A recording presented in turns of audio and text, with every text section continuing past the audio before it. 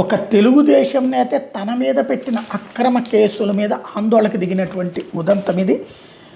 TDP senior నేత Lingamguntla DC chairman Pulimi Venkatarama Reddy శనివారం Narasaraopet rural police station ఎదుట హల్చల్ చేశారు. రాష్ట్ర మంత్రి లోకేష్ పేషి ఒత్తిడితో 6 నెలల్లో తనపై అక్రమంగా 5 కేసులు బనాయించారని పోలీస్ స్టేషన్ ఎదురు ధర్నాకు దిగారు. అధికారంలో ఉన్నామో ప్రతిపక్షంలో ఉన్నామో అర్థం కావడం లేదని ఆవేదన వ్యక్తం చేశారు. పల్నాడు జిల్లా నర్సరావుపేట మండలం పాలపాడులో రైతుల పంట పొలాలకు వెళ్లేందుకు రోడ్డు ఏర్పాటు చేయడమే తాను చేసిన తప్ప అని ప్రశ్నించారు.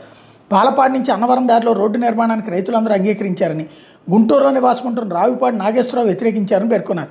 తహసీల్దార్తో కలిసి ఆయన నివాసానికి వెళ్లిన రైతులకి ఉపయోగపడే రోడ్డుకు సహకరించాలని తాను కోరినట్టు వివరించారు. రావిపాటి నాగేశ్వరరావు కుమారుడు మంత్రి లోకేష్ పేషిలో ఉంటాడని, అక్కడి నుంచి జిల్లా అధికారులకి వచ్చిన ఒత్తిడితో గత 6 నెలల్లో తనపై 5 కేసులు నమోదు చేశారని, మంచి చేస్తుంటే అందరినీ కలుపుకుని ప్రభుత్వం వేయాల్సిన రోడ్డుని తాను వేస్తే ఆ వేసినందుకు తన మీద ఆ వేసే ప్రయత్నం ప్రారంభించినప్పటి నుంచి కేసుల మీద కేసులు పెట్టి వేధిస్తున్నారన్నది ఆయన ఆరోపణ.